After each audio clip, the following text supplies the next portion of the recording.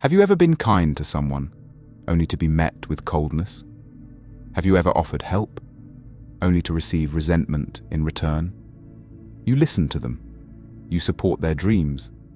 You are the one who shows up when no one else does. Yet behind your back, you hear the whispers.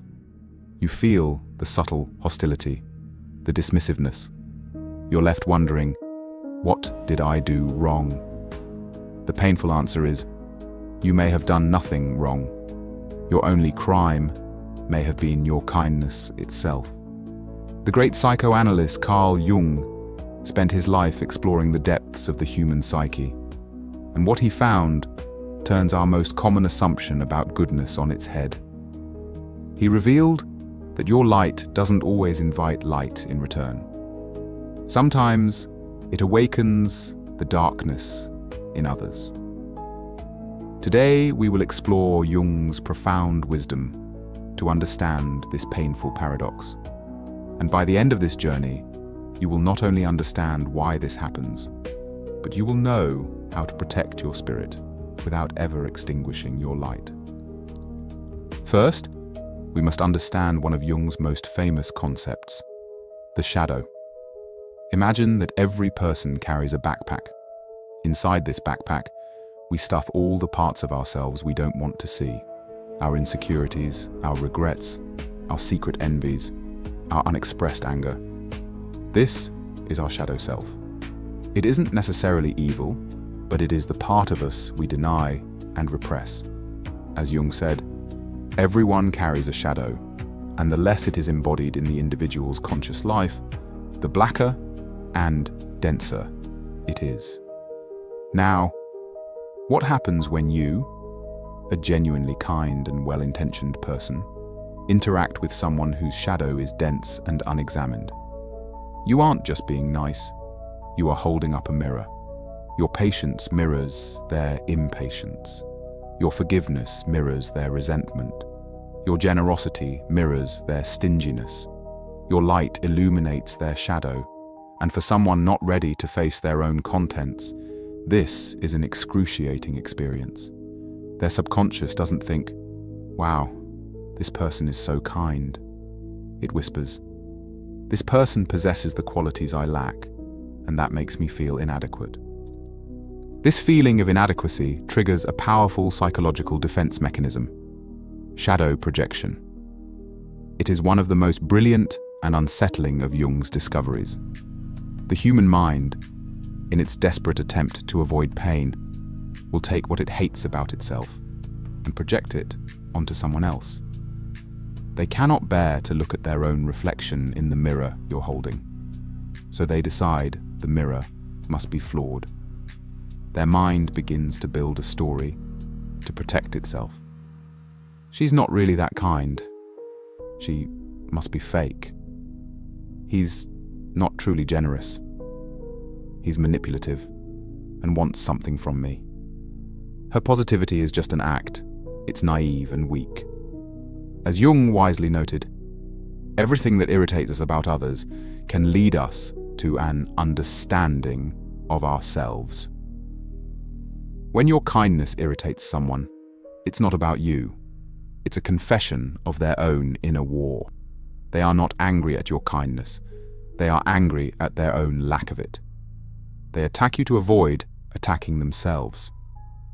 The French philosopher Jean-Paul Sartre called this bad faith, a form of self-deception where we lie to ourselves to avoid the uncomfortable truth. Shadow projection is the ultimate act of bad faith. There is another layer to this. Jung understood that we all wear a social mask in public. He called it the persona. It's the polite, curated version of ourselves that we present to the world to fit in and be accepted. For many, this persona is built on ideas like, I have to be tough, I have to be cynical, or I have to be realistic. When you show up with genuine, heartfelt kindness, you aren't wearing a mask. You are acting from your authentic self. To someone living behind their persona, your authenticity is like a bright light in a dark room. It exposes the hollow, artificial nature of their own mask. This is deeply threatening. But they can't admit their mask is a mask, so they must conclude that your authenticity is the performance. They attack you to protect the illusion of their own identity. And here, my friend, is where Jung's wisdom asks us to turn the mirror back onto ourselves. This is a moment for gentle, honest self-reflection. Sometimes, people resent our kindness not because it's genuine, but because, on some deep, unconscious level, they can sense that it isn't.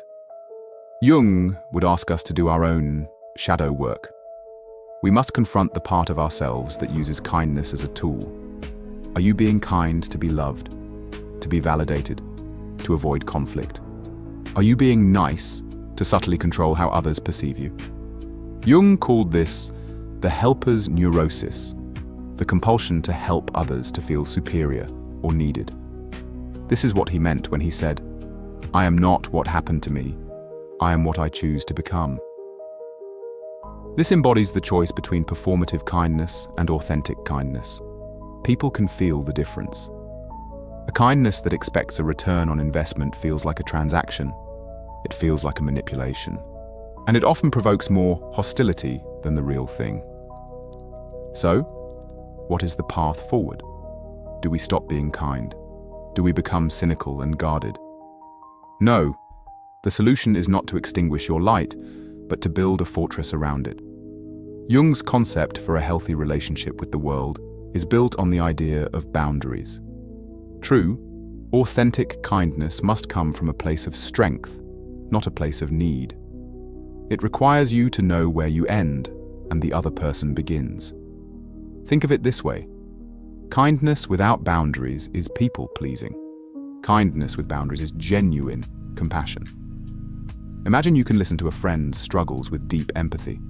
That is kindness. But you can also say, "I care about you, but I do not have the emotional energy to discuss this for the third time today. Let's talk tomorrow." That is a boundary. A person doing their own inner work will respect that boundary.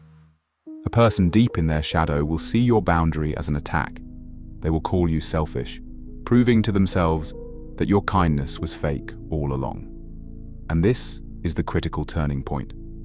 Their reaction is not your responsibility. Healthy people are not threatened by kindness because it doesn't expose a gaping wound. Unhealthy people are. Your task is not to heal them, but to protect yourself. And this leads us to the most transformative insight of all.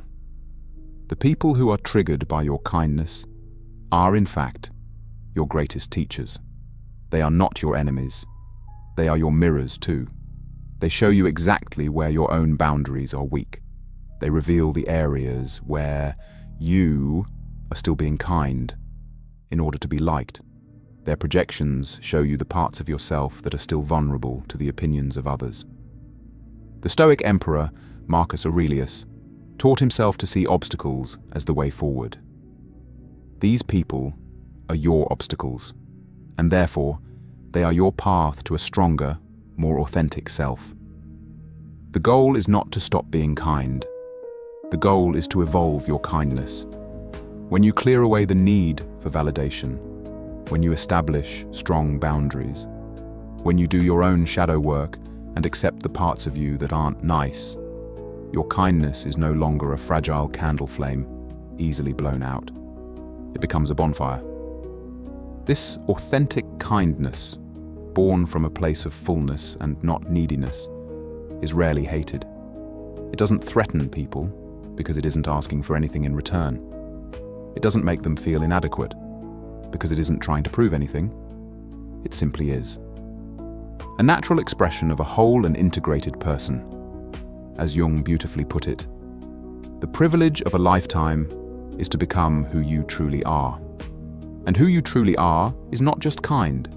You are also strong. You are compassionate, and you have boundaries. You have a light, and you have a shadow. By embracing all of it, your kindness becomes unshakable. It becomes a force of nature. So, the next time you are met with hostility for an act of kindness, Pause. Do not absorb their projection. See it for what it is, a reflection of their inner world, not a judgment of your worth. And then, gently, look at your own reflection. Ask yourself, is my kindness coming from a place of strength? Are my boundaries intact? The people who resent your light show you where your fortress needs another stone. Thank them for the lesson, reinforce your walls, and keep shining. Because as Jung knew, the world doesn't need less kindness. It needs more kindness that is born from power and protected by wisdom, and the kindness of an awakened soul. That is the kind that can truly change the world.